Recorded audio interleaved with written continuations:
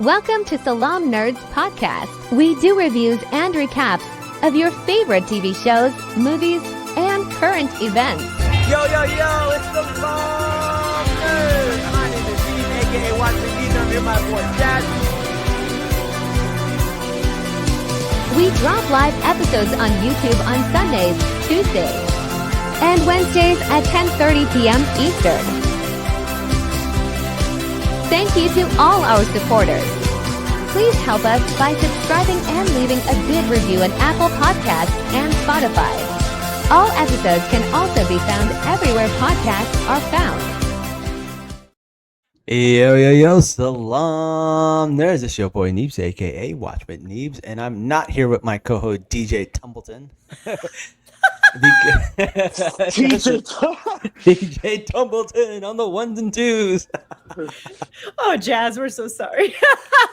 I think he got over it by like season 2 of House of the Dragon. It's so true. Oh, That's so true. I'm not lying. DJ Tumbleton sounds legit though. You know what? I would stream it. I would stream it too. Oh man, that's so funny. Welcome back to the show, guys. Jazz is not here with us because he is a little under the weather, so wish him well. Hopefully he makes a full recovery. But welcome to the show, JJ and Richard. How are you guys doing? Doing all right. great. Thank you for having us. Yeah. Love I stayed to off see the it. internet. We touch grass. Damn. I did, man. I touched grass. Oh, I had to start wearing proud glasses. of you. It's been a crazy week, dude. Yeah, I finally gave in. I was like, I need the glasses. It's over.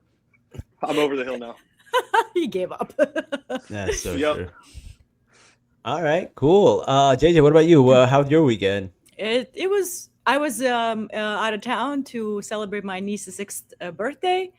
So that was fun. I saw my family only briefly. We drove 24 hours to spend 10 hours with my family. So that a little tired. That's awesome. Just a little tired. Yeah. 6-year-olds a fun age because that's when they just start to get an attitude. They just start to get a little sassy. That's They it. they know stuff. Was there a Mario- drive by 7 yeah. at that birthday? Not yet, but she's into Bluey and Minions and Mario right now. So Yeah, that's good. At least she's Yep. not having tournaments on her birthday where people are dying. Nope, not yet. Her aunt will take care of that on her 18th. On her 18th. Oh man, that's so funny. All right, well, let's get this party started. Shout out to people in the comments for joining us as always. One of these days we should have her on the podcast. I feel like she's always on Absolutely, here. yeah. We should. I need to With know what her excellent voice sounds commentary. like. Yeah, excellent commentary. Sometimes like these people on the whatchamacallit comment section are so funny that like me and Jazz were just like, hey, just come on the show. We'll just have you guys Right? on here. They're so funny. Just do memes for us for an hour. That's it. I know. Speaking of memes, man, we're gonna dive into some memes soon too. I think that's gonna be a new part of the show. I'm excited Yes. about that. That's So really good. funny. So yes. So how about this episode starting off with like a little bath, a little bath time episode in the beginning? Yeah. Who sets up a So- bathtub in the middle of like the main hall? That's so funny. I mean, my tagline is, I think, Let's walk around with appropriate. this. Hey, But shout also- out to JJ because I messaged her before the start of the season and I was like, hey, I know you got writers and you can't tell me nothing, but if a Sir Arlen moment happens where just meat's hanging out, I need to know so I'm not caught off guard. I was literally gonna She was like, say that. well, some Orman, and I was like, all right, you ain't gotta say nothing else. Yeah. Richard Shout out. She's looking out for DM me like way before, like, I know you saw the season. I know you can't tell me. Please tell me, does anybody drop dong? Like, I'm like, no comment. Yeah. The one thing you can spoil, I'm sure there's no like warning on that one.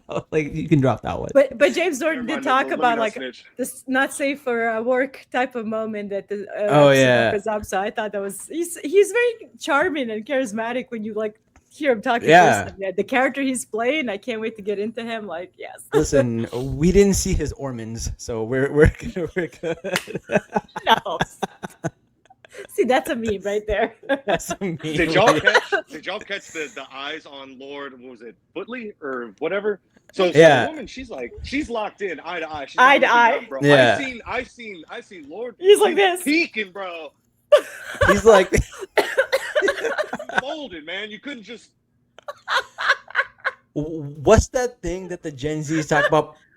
Print something when like they're wearing pants and people. I don't know what it's called, but I forgot what it's called. I saw a TikTok about it. I, But like in that, you don't even have to do that. The guy just straight up out of the bath. But like I respect his hygiene though. Like you know what? Yeah. you know what? In those times, bro, he's keeping his like smelling salt, not smelling salt, like his like perfume, his Perfume, oud. yeah. Yeah. Like he's just so he's very much he would be the metrosexual of the 100%. medieval times. Yeah. Even got Allison that temper, tells too. even Allison tells Rhaenyra, like when she's asking like details about Ormond, what she should know. She doesn't know much, but like has an aversion to odors, so that's why Yeah. he's smelling everything. And I think that's such a fitting thing for the character, like that's overly zealous. Like zealotry and cleanliness tend to like correlate a lot. Yeah. So I thought that was a really interesting choice for Ormond, seeing how he is. So It's just it's such a great way to get like people's like writing wise, such a great way to get that arrogant stuff across. Mhm. So it's almost if Orman is sensitive to smell, why do you think? I didn't know what they no could one take wagons of so shit shit to out of pepper stuff? You know what? That's You know 200 what? IQ right there. That is That's- 200 IQ. 200 you're living in 2030, Farah, but also like there's a dragon flying around Tumbleton, just like what? Drop dragon shit on them, right? Drop dragon Legit. And It- it costs money. Like the dragon shit is pretty expensive. So I'm sure dragon shit is expensive. And next time Jazz come on the show, I'm gonna call him DJ Dragon shit. oh, poor Jazz. He's listening right now. He's like, I swear to God, he better not. He better not DJ Dragon shit. dragon shit. Oh my man, that is funny. And then poor Hugh the Hammer's wife is over there in Tumbleton, and again, man, more of these scenes where I'm just like, oh God, please, nothing happened to her. No, it was a little difficult to watch. I was like, oh man, what's gonna happen? It reminded me of the scene in Andor. Yeah. And right, it kind of got that vibe, and then I was like, okay, and then you're like, no, maybe at the end you're like, oh, maybe they are upstanding citizens, and they're going to actually do things the right way, and he was going to get gilded and break his arm, and I was like, oh, look how fair this guy is. Little did we know, it was a show Word for to the people. wise. Word to the wise, an occupying force is never your friend, bro. No, Never. no way. They're just posturing, and we're Posturing, good word. officially confirmed, I guess, that Daron is who Daron is. We have Prince Daron finally on the series. Yeah, finally Um, confirmed. Some people think that he's dyeing his hair. I don't think that's the case. He's got auburn hair, just like it's not even brown hair; it's auburn, like Yeah, just Alicent. Yeah, and It's even in too- the beginning, what'd you say? I don't know. Ormond's really good with coloring hair, so I wouldn't put anything past him, man. Like he got that shit on lock. Whatever May- color you need, he can get you. Maybe it's possible. Like he can't look at the Targaryen platinum hair, so he dyes the boy's hair. But I like the choice of Daron having dark hair. And like when Alicent is talking about, I gave Viserys 3 Targaryens. I think that language was very specific. Yeah. I wanted one child to be a Hightower, and she saw brown hair. She's like, "Oh, this is the one. We're gonna send him away." Like true act of motherhood. I thought that was a really good line. Only to give her son to an actual, even worse monster. Right. Oh my God. Yeah. As much as I'd like to believe that Ormond is the Vidal Sassoon of Hightower, Wow. I do think that it's his natural hair color for sure. It's his natural hair color. Yeah. Yeah. I think it's a better choice. I think it's a more interesting choice. It is. honestly. It is a more interesting choice for yeah. sure. For sure. Yeah, but he does have this like, the way he acts around everybody, it almost like feels like supremacy, right? Like he has Hightower supremacy.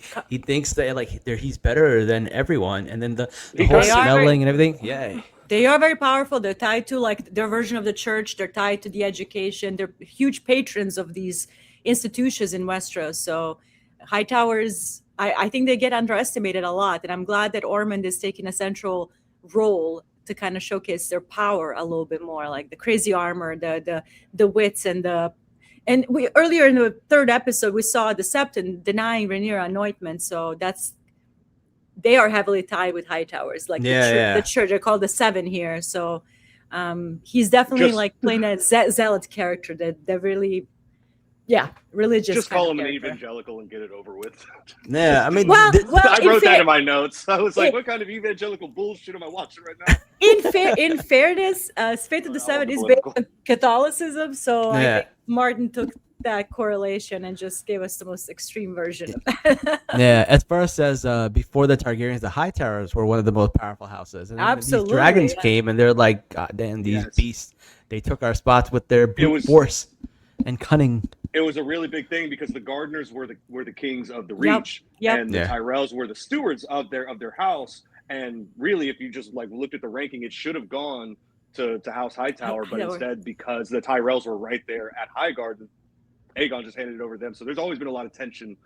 Mhm. Or I guess maybe like small man syndrome going on with House Hightower. Like they Mhm. know they're big and bad, but they have to prove it to everybody else. And right now, they got a potential chance to get at the throne. They're going for it, all in.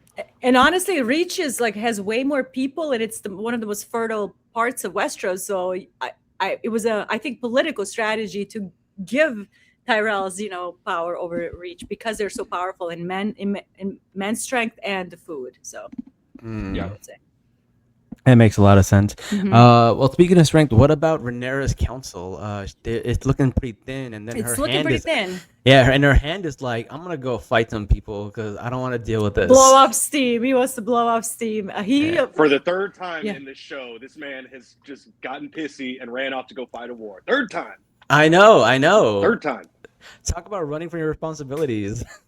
He just runs away. He seemingly gave the hand like for his son to be the hand. Yeah. Maybe it wasn't officially said, but it's like Alan is there, and I thought he had such a nice moment with Rhaenyra, and suggesting cats because he grew up on ships, and sailors keep cats on the ship to contain mice and rodents. So that was I love do that like moment. change. I love that change, and I like Alan has huge lore behind him after dance. Like I have this like now headcanon. He saw the Lego set of Valyria. He's like, oh, one day I'm gonna try and go there. Yeah, the Lego set. Yeah. Yep. No, but I love the line about the cats because like that's the origin of the bodega cast. The bodega cast would chase out like the rats in the stores, get them from getting into the flour, from getting into like some of the rice, like these packages. The cats would literally chase these rats, and that's how the legend of these bodega cats actually started. That is so interesting. Yeah, Bro, so that's shout out. just a manager right there, bro.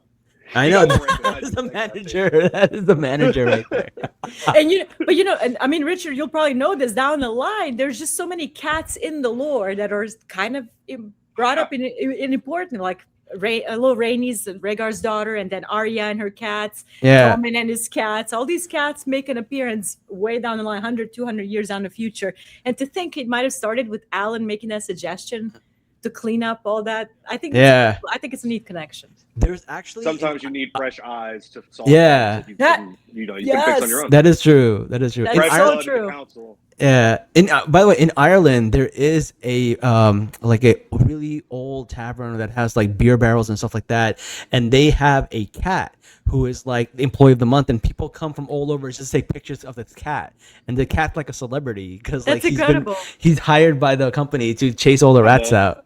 It's so funny. One of the trips that my husband and I did a few years ago, we went to Scotland, we went to Edinburgh, and we went to a little bit north in a town called Roslin, where you have the Roslin Chapel. And if you read Da Vinci Code, you know the Roslin Chapel is the most important location there. You're not allowed to like record in there. It's an old church, and on it there's a black cat called William. And I took pictures with him, and all. He's probably gone by now. He's a senior cat, but he was like the keeper of the church. I thought I love seeing cats in these public spaces. They're the staple of them, like the bodega cats. And and like Turkey. And Yes. Greece, like this place have like so many cats. They're very well known for cats. It's like Istanbul is cat city. it is. So just so many cats.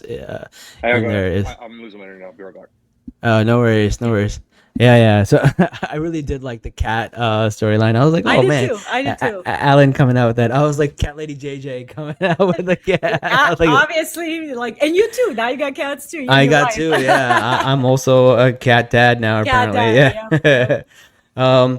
What about Master of Coin? Them Yes. trying to like give all the blame to this guy, and he made a great impression on Rhaenyra, and now he's master of coin all of a sudden. The thing is, I think Torrin Manderly is definitely smart, and I think Richard pointed that out last time. Like the way I don't want to say played Rhaenyra, but like he didn't Called like her. bullshit her Called her out, either. He did not bullshit her, and he called her out, but without like compromising himself. And I think she likes that. She likes that boldness, that kind of honesty. You need that on your council. You need people that are going to kind of like suppress your urges. That's what makes for a good council. Like you can be any kind of king, but without a good council, you're probably going to fail. So Torrin Manderly becoming master of coin, he understands that the treasury is empty. He understands that he might get brunt of that. So it's a matter of finding some money, which Daemon did find coin from Lady Jen Arryn for at least time being, until they figure out what Larys Strong and the rest of the Green Council did with the treasury. They buried it. It's under a brothel. Probably. Or moved across seas, or buried under the rock. Who knows? I like how Daemon uses the fastest way to get rid of me is to just give me money. Just give me it's perfect. And she's just like, yeah, okay. Okay. And you know what? Like Jane Arryn's drip and her dresses have been the best. She's been serving cunt since we saw her. Literally every scene, like the hair, the costume, the weird with throne looks incredible. Like seeing the moon door again since Game of Thrones days was just like that whole hall like is amazing. Like Vale to me is my favorite place in the whole Westeros. I like that kind of climate and that type of geography. Just seeing it again, it was pretty surreal. Oh, yeah, he was directed. She's like, let's get this going. There's not much to talk about. And I love the fact that Caraxes got like a little moody when he noticed, when he sniffed out Sheep Stealer somewhere nearby, and like tried to alert Daemon, hey, we have somebody here. And the memes about those two have been like crazy. We got a Sheep Stealer Caraxes. Oh my god. Oh, sorry. I think I was on mute. Nope. Oh.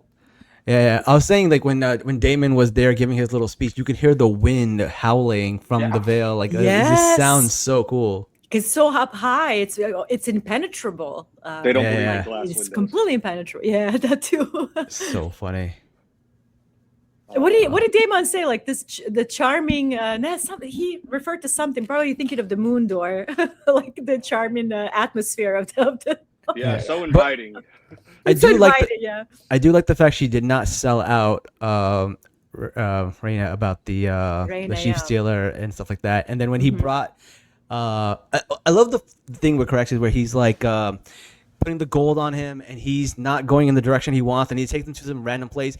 That was very Doctor Who coded, where the TARDIS just takes you where you need to go, not where you want to go. And I was just like, that dragon is just a TARDIS right now, taking him where he needed to go, and it took him to his daughter. And I thought that was so funny. Honestly, like for many critiques as I've had for House of the Dragon over the years, like regarding maybe the aesthetics of it, it's a little too gray for me, and a lot of times a little unsaturated. And obviously the changes, which I've moved past, I've talked about this many times. I think they've done really great job, especially this season, regarding dragons. Just how smart they are, how intuitive they are, how emotional they are, how connected they are. Obviously, like big one this episode was Aegon and Sunfire. That was Aegon. Yeah, he's this despicable character, obviously, but that whole scene was I thought quite sad. It was like he did love that. You love that dragon. I don't think he loved anything as much as he loved that dragon. Out of every person in his life, that was the only ride or die that he had, because that's Alicent absent. Did not care. Viserys absent. Otto doesn't care. Aemon doesn't care. Clearly doing weird shit. Helena is tisming out all the time. Like he's got nobody. But he always had Sunfire. Even the moment where he's going out to Rook's Rest with Sunfire, I know he's like a little tipsy or whatever, but just like both of them are smiling at each other. It's like, hey man, we're about to go for a ride. All the memes from that were amazing. It's like Sunfire had no idea what he was pulling up into. Nope. But you could just see, like, just actually one of the few bits of joy that man got in his life was that dragon. And like, you know, I feel for him. That's just a natural human emotion. I did too. And I think it was the only scene like that you just mentioned where the Sunfire nudged him like a child, like a dog. Like hey, you don't see that. Like that was like quite nice to see. JJ Caraxes was like, let's go, bro. I'm gonna show you. Show you something. Yeah. Let's pull up. It does pull up. Yeah, that was great. I loved it. That's And, so funny. and he But was ready to pounce. Like he was just ready, and like he's calming him down. Like I've never seen anybody shush a dragon, and he did. Which I thought was so funny. Like, that I whole love sequence was I great. love seeing Caraxes because the way he sounds is so unique to the I other love it. dragons. Yeah. Like, They how said do you it's a describe deviated that? septum. They said it was a deviated septum. It's a birth defect. That's how they described it. Ah. Ooh, I knew some of y'all didn't. Me and Caraxes No, got that's something really in I common. only because I have deviated septum as well. So I'm just like, well, I don't sound like My that. husband has deviated septum. That's so Yeah. funny. He sounds like a dolphin. Yes, He that's sounds it. He does sound like a dolphin. You're right. I was trying to think of a sound that it mimics. Me, your husband, and Caraxes need to go to Turkey and get that fixed. Like, Just, that's what we need to do. Just right here, put something, like clip it so you can breathe at night. My God. Yeah. That's funny. So funny. Someone says Allison Viserys absent. Aemon having mommy issues. Helena playing with the bugs. Yeah, Like, she's like Westeros's version of the horse girl, but she's the bugs girl. yeah. But when he was talking to Sunfire, for a second, I thought he was alive. When he goes like, "No, he's not dead." I didn't know if he was in denial or we were like, "Oh, is he just snapping?" So what do you think, Neebs? With everything, like with a lot of comments Daenerys Strong makes, you'll come up resorrected. Think of the living- I want to what do you think? believe. I want to believe so Okay. much that he's alive. I don't know. I'm shooting for alive, but I think it's wishful thinking. But I'm hoping. How many he's months alive. has it been? How many months has it been since Rook's Rest? I know It's been timelines are all. Not a lot. Probably no more than a month or two. That body wasn't rotting. No. I almost said that. That's exactly what I was gonna say. That body dragon wasn't was rotting. not rotting at all, And they. his body didn't seem to be rotting or decaying. Yes, that's a great point. That's a great point. Yeah. Melee's That- was rotting for sure because her head was severed, but also like Yeah. Richard, remember when Balerion came back from Valyria, he was very, very injured and he recovered. Yeah. How he recovered, we don't know. So I think there's some hope here. They mention all the time, like the Maesters, I guess, say that like we won't even pretend like we know how the Valyrians, in general, control dragons or anything about that. The bond between dragons, it's magical, more or less. So like, if anyone's gonna know that he's alive, it's him. He's right there, with them. I whole time agree. he thought he was 100%. dead. I agree. Yeah. So if anyone's gonna call it, it's said, him. I feel it. I feel he's alive, and I think we cannot discount that sentence. I feel that he's alive. Like that dragon bond between the rider and the dragon is important in the show and in the lore. Burr said, "But Sunflower was surrounded by flies." Maybe he just shitted on himself. Sometimes he was in a big battle. We don't know. The dirty people that were there charging money, that they brought the flies. Yeah. Oh yeah, for sure. Which They my God, brought the flies. to charge to touch him is Bruh, crazy. he two hands. Two hands. That's right. And if that dragon comes back, Aegon is coming back to Rookstars first to cook somebody. Oh, for he's cooking that. people. He's cooking people. that camp is getting so cooked. I forget which part it was, but Aegon's walking by and he sees like some kid.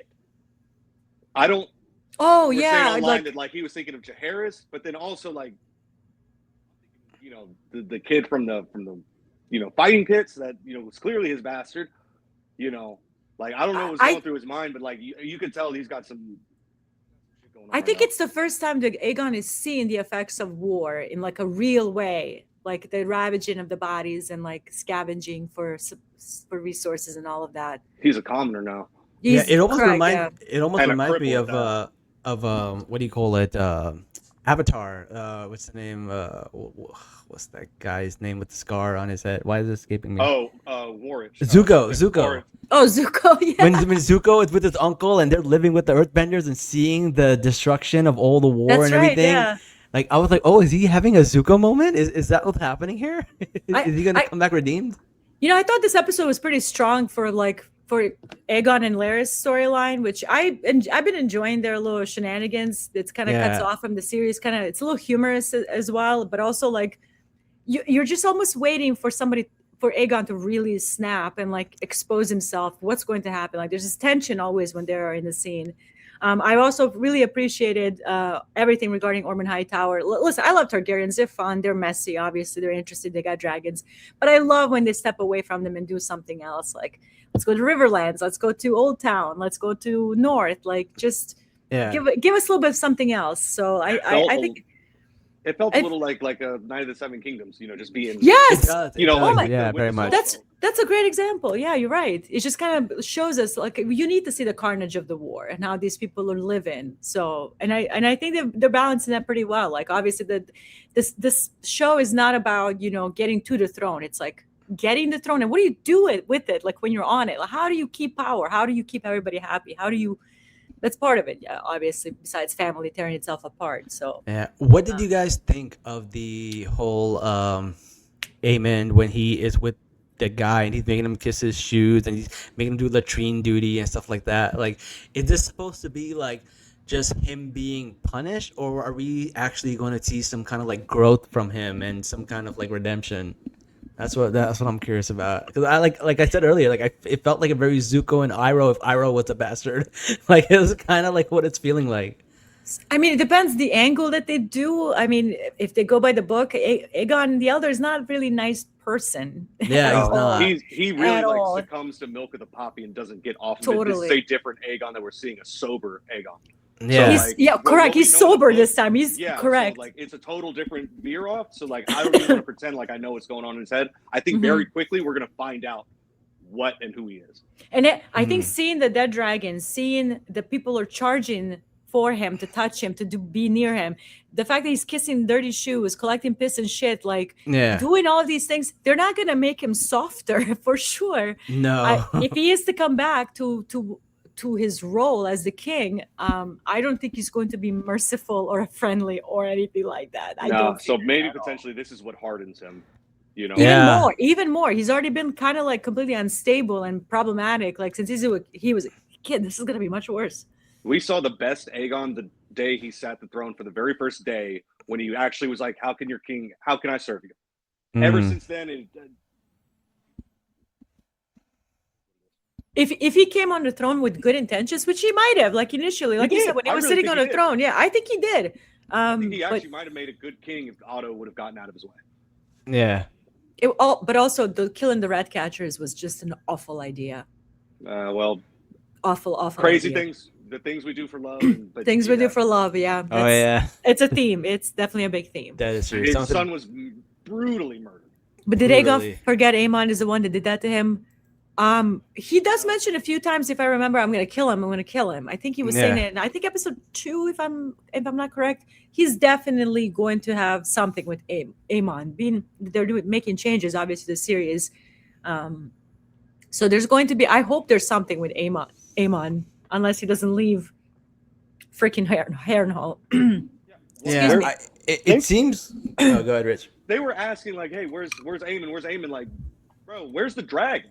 Where's the Place fucking Vagar, bro? Like either Vagar's there and Aemon's somewhere here hiding, Scooby Doo bullshit, or Vagar's gone and Aemon's gone with them. Let's talk about that because Kristen Cole is there and he's like, okay, Aemon's going to be coming here. What's gonna? Nope, no one's here. We're fucked. And then they're like, hey, nobody is here. Everyone's dead, and Aemon's not here. And Alice is like, it's just me. That's where they find out that Rhaenyra took King's Landing, and so now it's like, what do we do now? And I have a feeling, and I like the fact that Kristen Cole finally locked in. Yeah. See, I gotta disagree. I'm gonna let you go, but I gotta disagree. No, go for it. Go ahead. Go for it. No. Okay, so I remember it's like when I watched it, I actually said out loud, "Damn, like, smart idea, Kristen Cole." And then like 5 seconds later, I was like, "Wait, no, 20v1. Like, he's got the right idea. Don't get me wrong, but 20v1 is an impossible mission." I think in Kristen Cole's mind, he's already accepted death. Mm-hmm. Doesn't want to go out by dragon fire. He just wants to die, honorably. This and that. Cool. If your mission is to die, go ahead. Take off. Do what you're gonna do. Harry their supply lines and this and that. I got it. It's a sound plan. You just do not have the numbers to do the damage necessary unless you literally pull a Ramsay Bolton. Give me 20 good men. Bullshit. Like it's from a warfare perspective. I don't buy it. It sounds great on tape. Maybe like a normal viewer, but like in my head, I'm just like thinking logistics and just like the reason why I said he locked in seemingly like, we become beasts ourselves. We need him to lock into war to have further payoffs down the line. It's Yeah. important. I do like the angle of Kristen Cole being disillusioned. I like him witnessing what dragons actually mean, that we are nothing but specks of dust under feet, kind of a thing. He's been having that existential crisis for like a season now, which for a good reason. But I need him to have a conviction that he needs to do this. Whether he wins or loses is irrelevant, but I need him to have a conviction. I think he finally got it, because down the line, you already know how important that is for future payoff. Yeah. He was doing his best Rustin Cole impression. I don't know if y'all watched True Detective, but yeah, he was just super pessimistic. He was just like, we're all gonna die. He was doing, yeah. That's a good reference. I like it. So one of the questions that someone posted on here, Yeah. Vhagar is not easily hidden.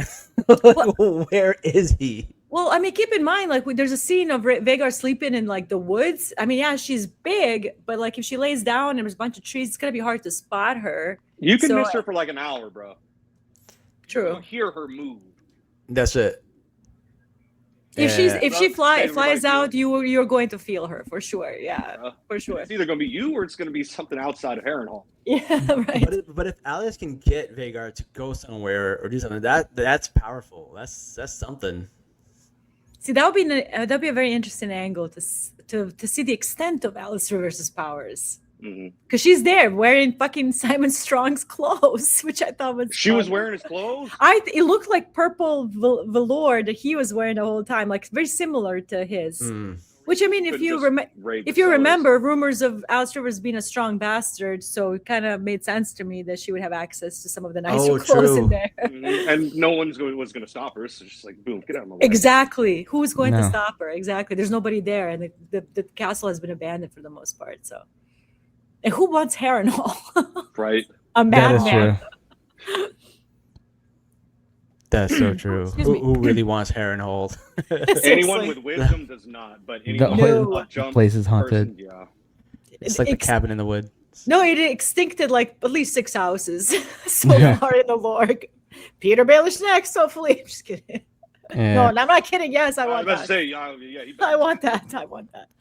I know we talked about it earlier. Someone says like Caraxes acts like my dog when he sees something sus and then runs 5 feet away and then goes, "Hey, let me check." I did want what we didn't talk about is his conversation with his daughter, and I thought that was probably the most captivating scene in the entire episode, awesome. where she's like, when she's like bug-eyed and she's like, "I won't leave this dragon. This dragon is giving me purpose. This dragon is like, yeah, a lot of bad things happen, but like." This dragon is all I have, and Damon's trying to like, we'll run away. We'll say it's somebody else, and then he sees the sheep herder, and he's like, I think I have an idea. I may not have a brain, but I have an idea. But light bulb. I wanted to touch on that because this was him demonstrating how Damon is like, great character. Some people he's an absolute demon. Some people he's your best friend. To Rhaena and his daughter. Friend, he murdered an innocent person and framed it just that way she could get away. But then, like, if other people could figured out what happened, they could spin it around just like, dude, you just murdered an innocent. Like, and I mean, Miss Arya figured it out too. Oh. She immediately figured it out. The thing is, like with Daemon, I mean, I think one of the big flaws for me of the series, because again, these are short episodes, a short season, so you don't get a lot of time with these characters. Everything is moving really fast. Like he doesn't seem to have a relationship with his daughters. Which she says that like at all. Like we don't see them interact. Like there were scenes that were cut out from season 1, which was very unfortunate. So now, like when but even like when she's telling him, I'm the least of your noticed children. Like you didn't pay attention to me as much as you paid attention to the boys and to Bela and all of that. So like for him to like maybe think for a second this is betrayal, but still for the daughter he disregarded or discarded, the protector. It's like an act of kindness to her, not to the poor sheep herder, obviously, but to his daughter, that was an act of kindness because you don't know what Rhaenyra is going to do. She might understand, she might not. She's been pretty reasonable so far, but who knows? What are you supposed to do? Sell it your daughter? Yeah, exactly. And also, like, not only did you create kind of chaos at the Gullet that Jason Bela did not need, they might have had more control over the situation and over the bolts flying everywhere. Had she still not been there. But that's number one. Number two, how do you explain to Rhaenyra that you let the kids what happened? I was just Forrest's comment. Isn't this the first time Damon and Raina have interacted with each other? Yeah, Like, pretty it's- much. it's- Pretty yeah. much. You have to almost suspend your belief, like that it happens in the background, kind of a thing, to make all of this believable. But would have been nice to, like last 2 seasons, to throw in a scene at Driftmark or even at a Dragonstone of him doing anything, saying anything to girls. So it was Yeah. just You might even quite forget that jarring. he has daughters. You know, to be it's honest. possible, Yeah. and it is wartime, so like all this is happening in a very short span. Like I think people lose perspective a little bit that this war has been going on for maybe 6 to 8 months. Yeah. All this is happening really, really fast and like very, very in very short bursts. So, but in the first season, they had the opportunity to do a little bit more character bonding, which I think that was a missed opportunity. Yeah. I But, don't think that Damon's plan is very thought out because someone's gonna see Sheep Stealer with the writer eventually, and then they're gonna be like, who was that guy? Yeah, Somebody else. He's thinking short term, yeah, obviously. I don't know. Like the fact that he chose to protect Reina in that moment, Yeah. I think it speaks of him. Like he's not a very nice person, but in that moment he was did a decent thing for somebody else, but undecent thing to somebody else. So it's like a perfect George R. R. Martin character. Mhm. Listen, At the end of the day, Best friend, worst enemy. best I- friend, worst enemy. I gotta say, like, I've grown up knowing people like that. They're not good people, but you rather have them be your friend than your enemy. 100%. You really do. 100%. So that's really good. The other thing we want to talk about is someone's pregnant. Someone is pregnant. Someone's preggers. Yes, this is the baby that everybody was losing their mind over last season that he Yep. wasn't there because Blood and Cheese had 3 children in the picture, not 2.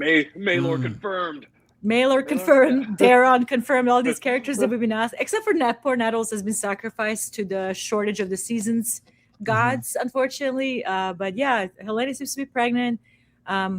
There's a lot of debate. Who's dad? Who's dad? It's Aegon. I'm sorry. Again, all of this is a very short span. She's early in her pregnancy. It's Aegon. Makes no Yeah. sense for anybody else to be father of that baby.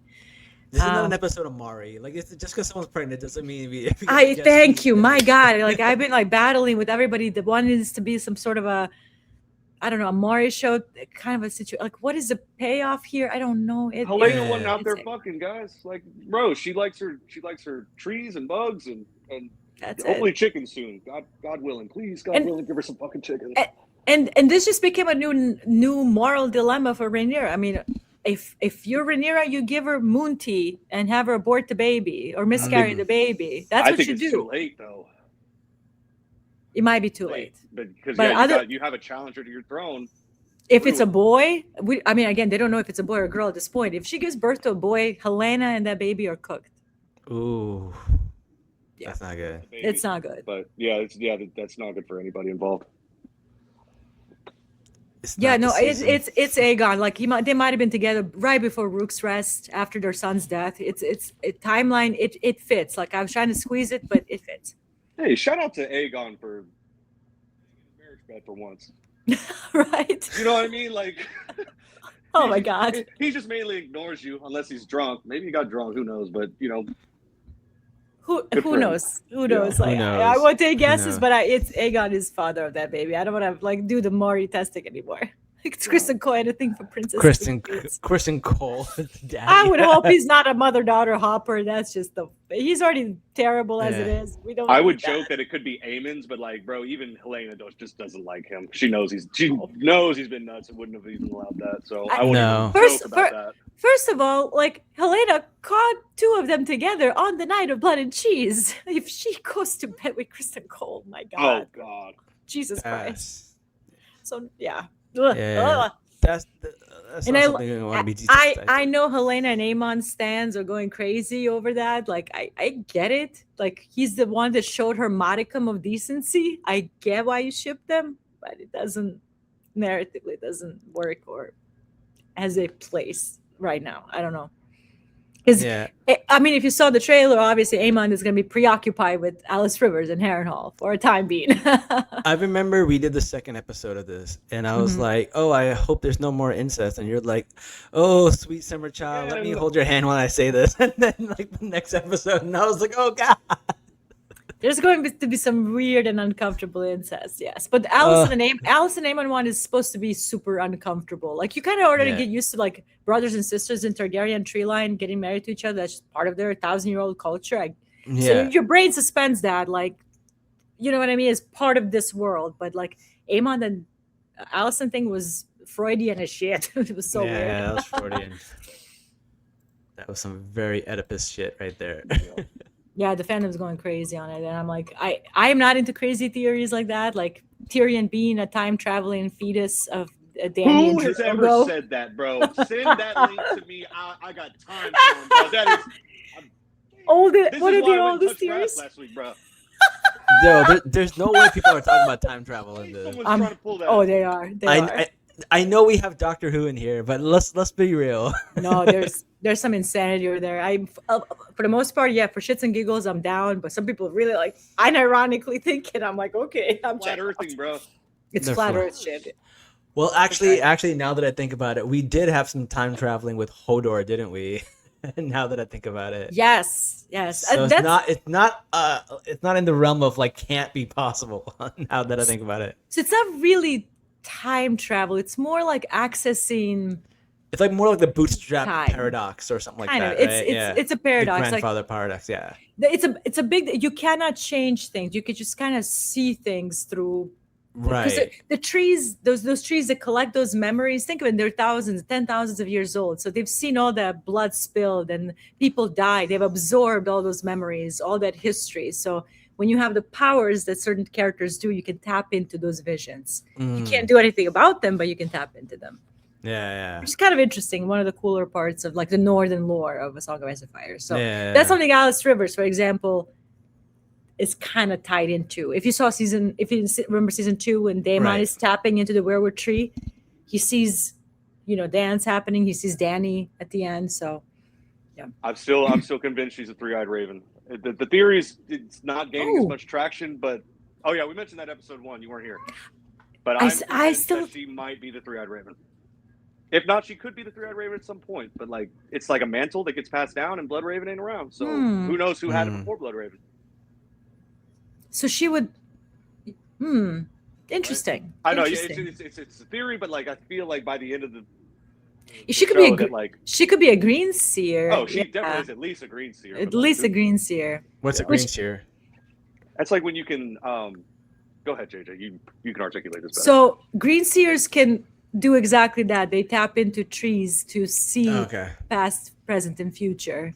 And they are very extremely rare, and they only come from a certain bloodline, from the first man and the children and all of that. So it's a very rare feature. A handful of characters we've seen do it. Alice Rivers might be one of them.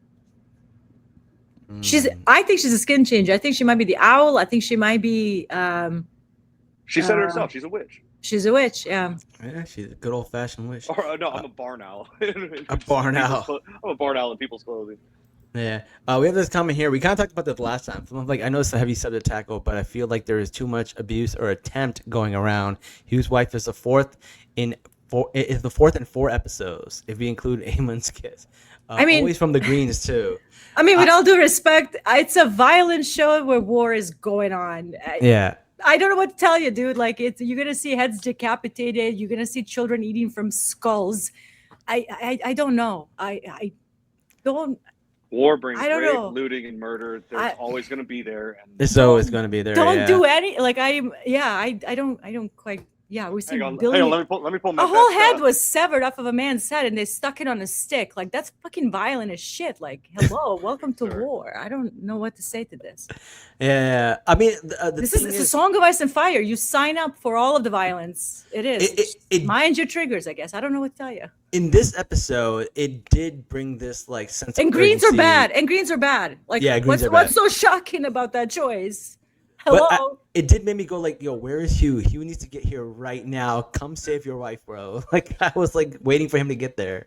I mean, there's nothing more realistic than you said at the beginning. You don't trust the occupying force. It's not like soldiers that were occupying people's houses were not doing horrible shit to the occupants. Yeah, shout out to the Third Amendment. I do give credit for House of the Dragon for actually not showing any of it. None of it. Nothing is graphic. Nobody's. I haven't seen a nude body yet, like in that way. Like It's just the tension and the tension. aftermath, It's the and tension build of up it to all. yeah. I could have done without the Allison moment. I don't think that's done The anything Allison for moment this. was a little much. I could have done without that one. Like I still don't see the purpose of that except to mark Jasper as a bad guy. Yeah. But in Tumbleton, they're an occupying force, and Ormond is an evil piece of shit. Stuff is gonna happen. Like I don't know what to tell you, dude. Yeah. That was really funny. What we didn't talk about, Oaf out there going to bars. He's a And party like, boy. and all his boys I are love like, that character so I do much. too. He's so great. I love him. all his boys were like, "Yo, can you get these charges dropped?" Like, what the fuck? Can you get my boy's charges dropped? She's like, what the fuck are you talking about?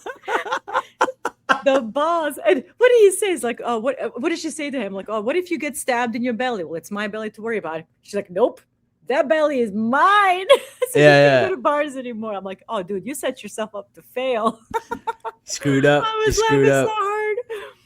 I was laughing so hard on that one. Alf is such a great tension breaker. Yeah. Without ever like taking the severity down of the situation. Everything is pretty actor horrible. Yeah. The actor is so great though. The way he So delivers great. his lines, it's like it's this like weird like in between of like serious and like unserious, right? It's so good.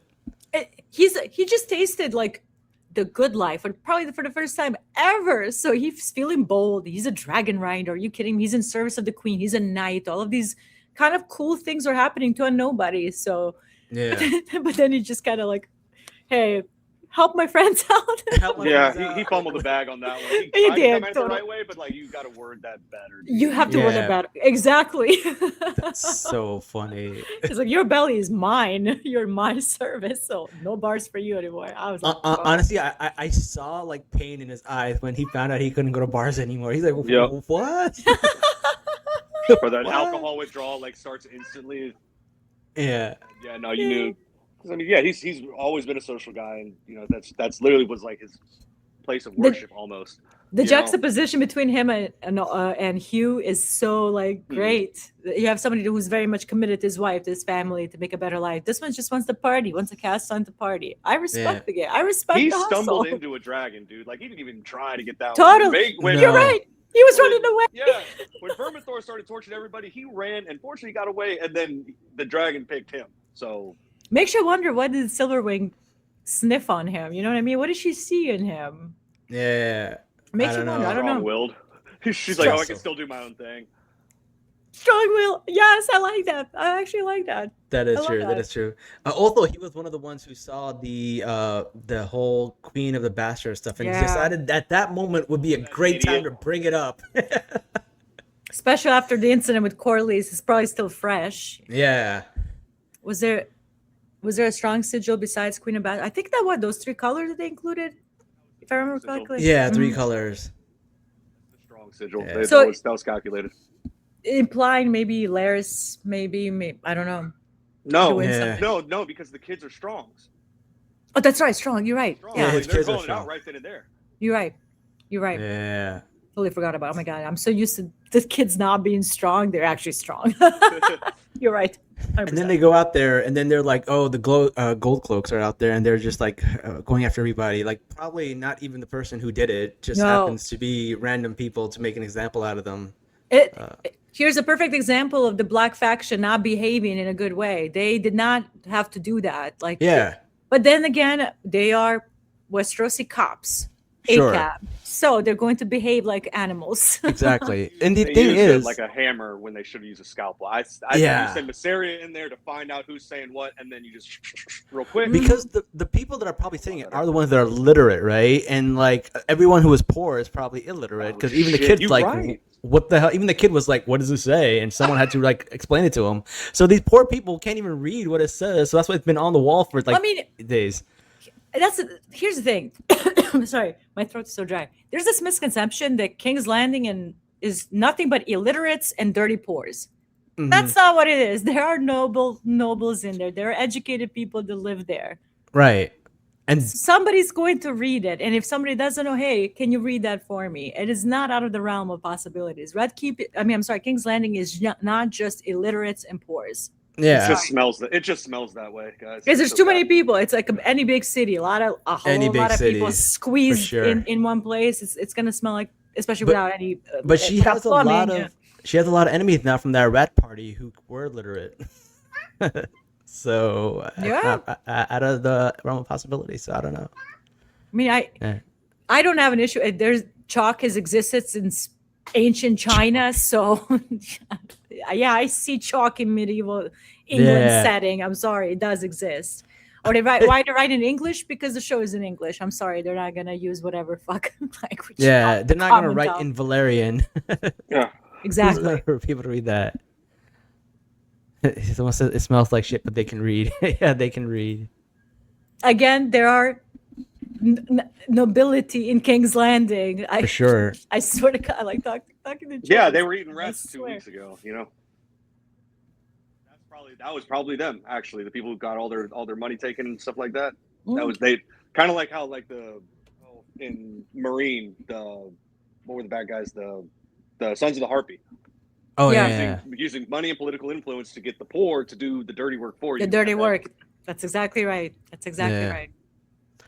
The other thing I want to talk about. Let's go back to talking about Allison's son. He seems like a good guy. He doesn't seem like a bad kid. And then you see him like slowly being like, "Wait a second. You said you were gonna let this guy go," and he's like, "No.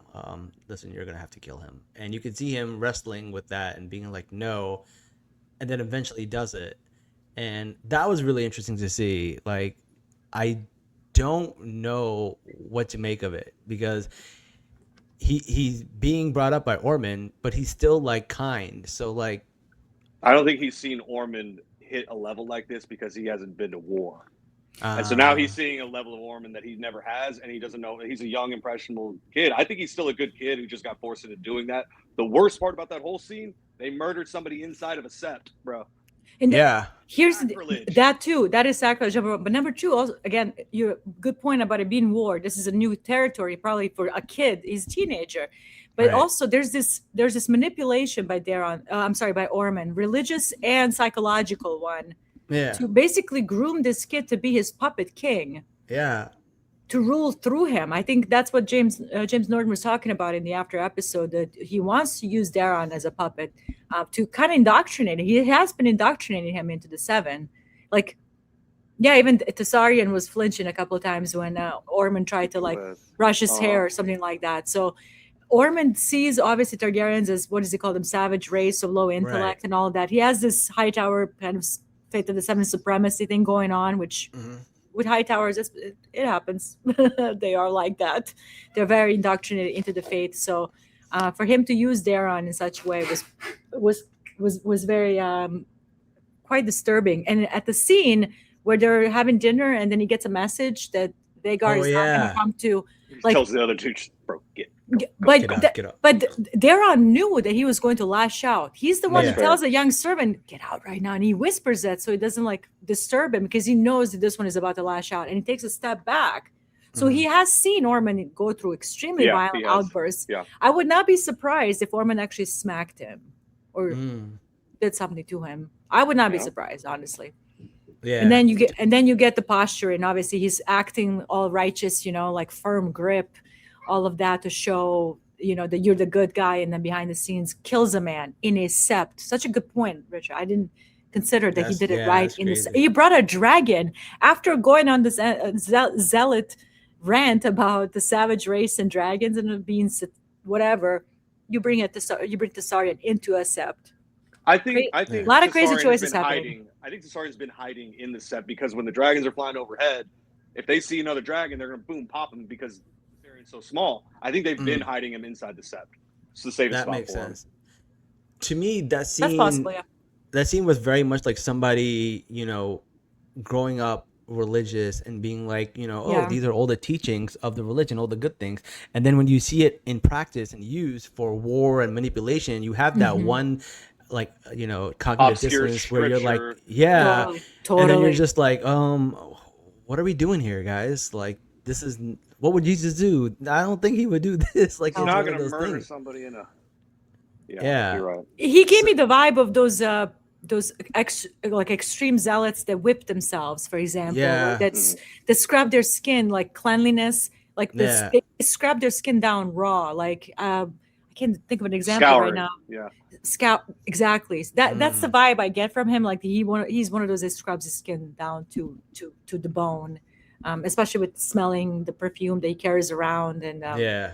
smelling people around him and treats them with pretty much disgust. He's like those that are beneath you, kind of the way he talks. Like James Norton is exceptional in this role. I remember when I was doing my review of the first 4 episodes, I'm like, James Norton will be a standout. Ormond will be quite shocking character. It really And is. He's quite shocking, and I think he's playing him pretty well. And I'm really scared for poor Darren. I really am. Yeah. Someone says, rule through him or use him long enough to get rid of anyone who can get in the way of the throne, then get rid of Daron as well. If Daron don't fall in line, I could absolutely see Ormond. If Ormond and Daron are like up there and they kill all their enemies or whatever, if Daron doesn't want to fall in line with what Ormond wants, Ormond would definitely, yeah. He would if he has support. You only wage rebellion and conquest if you have the army. That's fair. Yeah. That's fair. Yeah, you know what I mean. Dragons can win a battle. It takes men, boots on the ground to hold a city.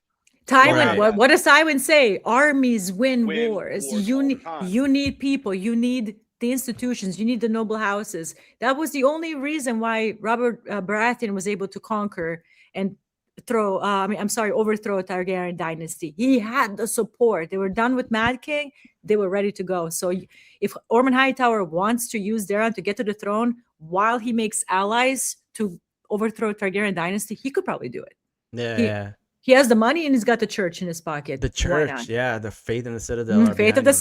Seven. He got Faith of the Seven behind him. So you Even have though all the poor people with you. and poor people, and even though Orwyle, which I think has been a standout character, like the way he's just locked into like not only just like intelligence wise, like he's playing the game perfectly, like the knowledge and all that. I think he's a much better character on the show than he is in the book. I'll means, say yeah. that. But even Ormond and Daron are to me 50 times better than the Nothing Burgers they are.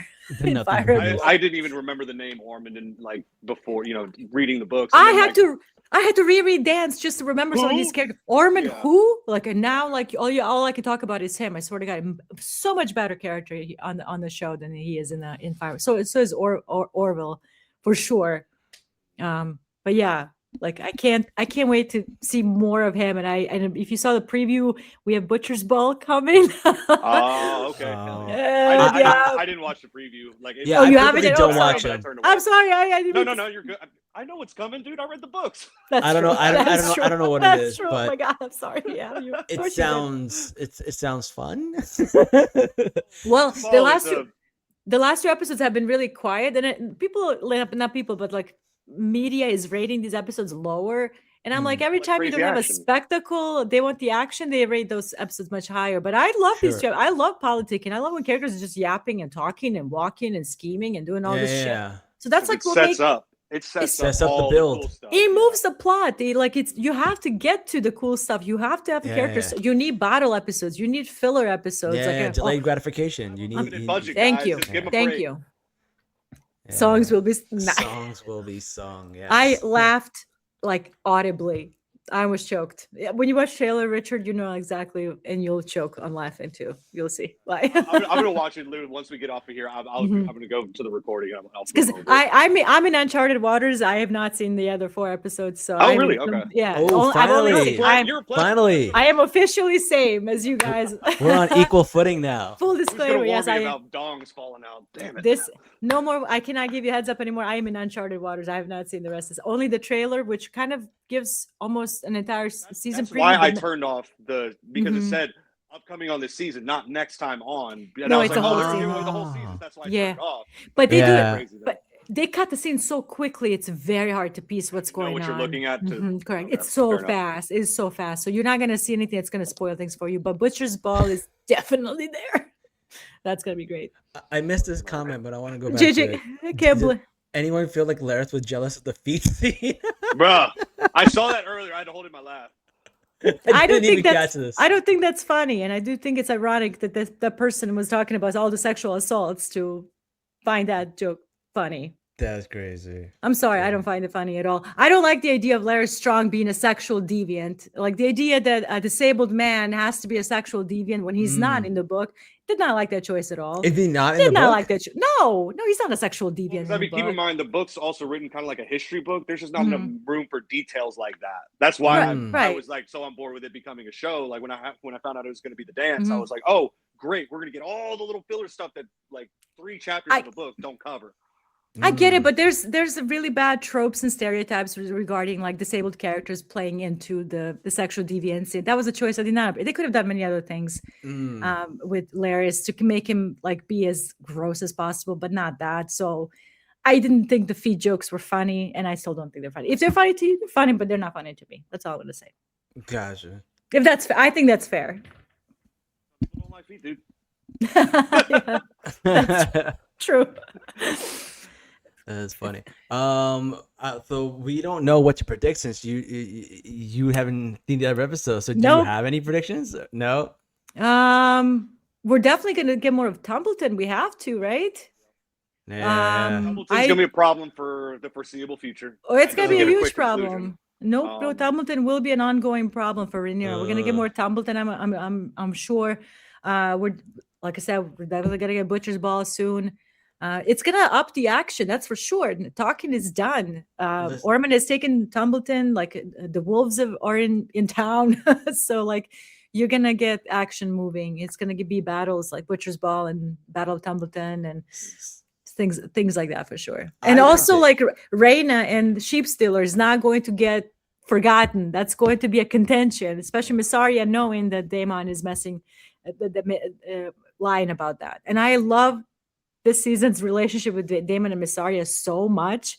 Yeah, I think it's been one of my favorite parts of the season. Just the way they quip with each other.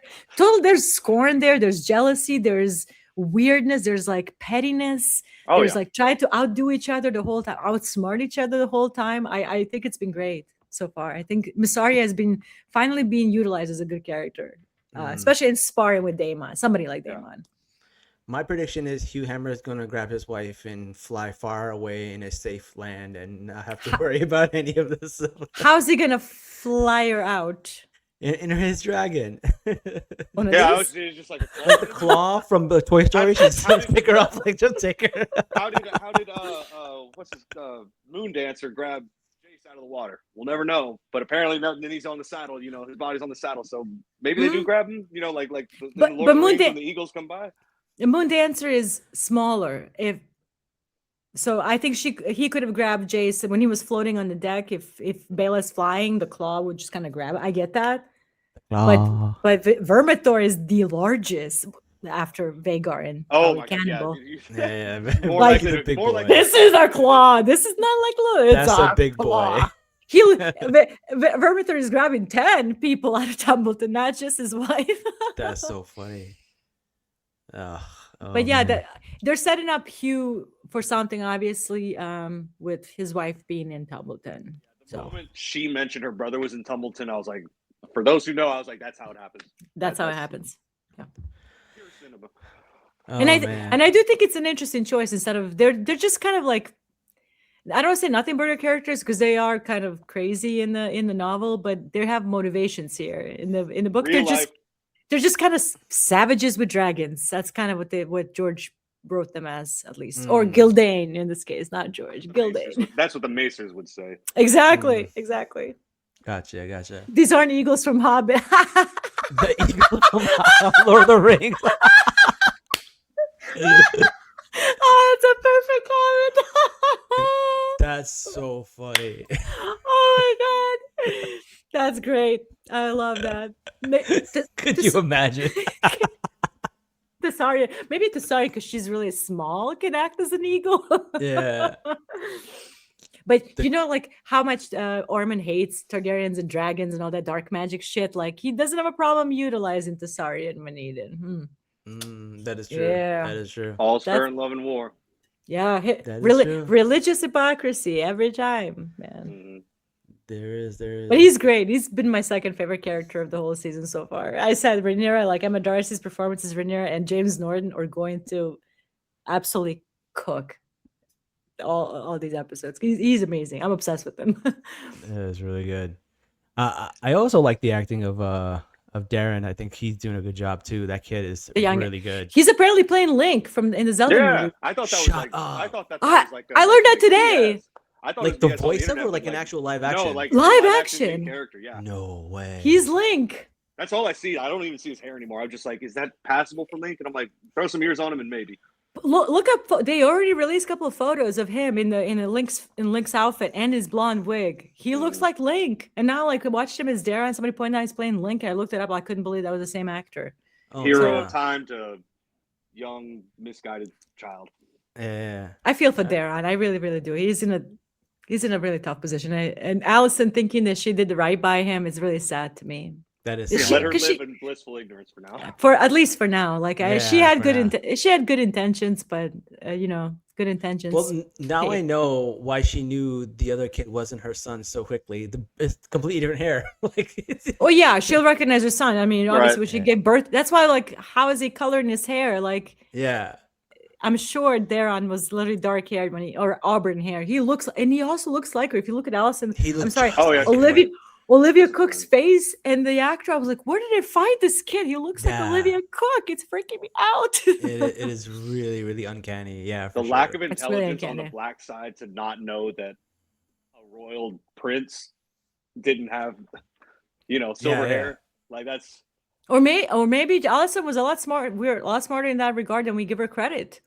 Hey, keep it down low. Keep him. Listen, some babies don't grow hair for a while. My niece Or didn't that grow too. hair for like 6 months. Mine too. Oh, yeah. She was almost a year old, bald as Yeah. as an Egg. eagle. I swear to God, Same. she did not have That's hair funny. for like a year. So I know. That's possible. It's possible. All right. I think that'll be it for the episode. We're at the All top of the right. hour. Thank you so much, you. everybody. Thank you, everybody, for the comments. We love you guys.